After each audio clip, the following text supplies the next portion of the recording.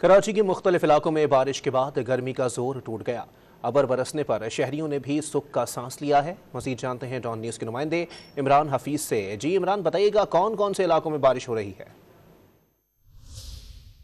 जी शहर में आज बादल बरसने को तैयार हैं। आज सारा दिन जो बादल छाए रहे, लेकिन हव्स बहुत था पूरी दोपहर। शाम के बाद जो है वो शहर के जो मुख्तलिफ इलाके हैं, खुसूसन जो मज़ाफ़ाती इलाके हैं जिसमें सुपर हाईवे, गडाब टाउन, बहरिया टाउन, यहाँ पर जो है वो तेज़ बारिश हुई। इसके अलावा अभी जो है वो सूरत हाल ये है कि शारा फैसल का कुछ एरिया है, कारसाज, यासीनाबाद, नया नाज़माबाद और इसमें जो उसके आगे वाले जो इलाके हैं ये गुलिस्तान जौहर, यहाँ पर जो है वो बारिश जो है वो हुई है। यहाँ पर भी जो सूरत हाल है बिल्कुल हल्की हल्की जो है वो बूंदाबांदी यहाँ पर हो रही है, लेकिन पूरी तरह बारिश यहाँ पर शुरू नहीं हो पाई है। जो महकमा मौसमियात की पेशनगोई के मुताबिक जो है वो आज से जो है कराची के अंदर बारिशों का सिलसिला शुरू होना था, लेकिन अब जो है वो उसका इंतज़ार है कि कब ये बादल बरसेंगे। जी।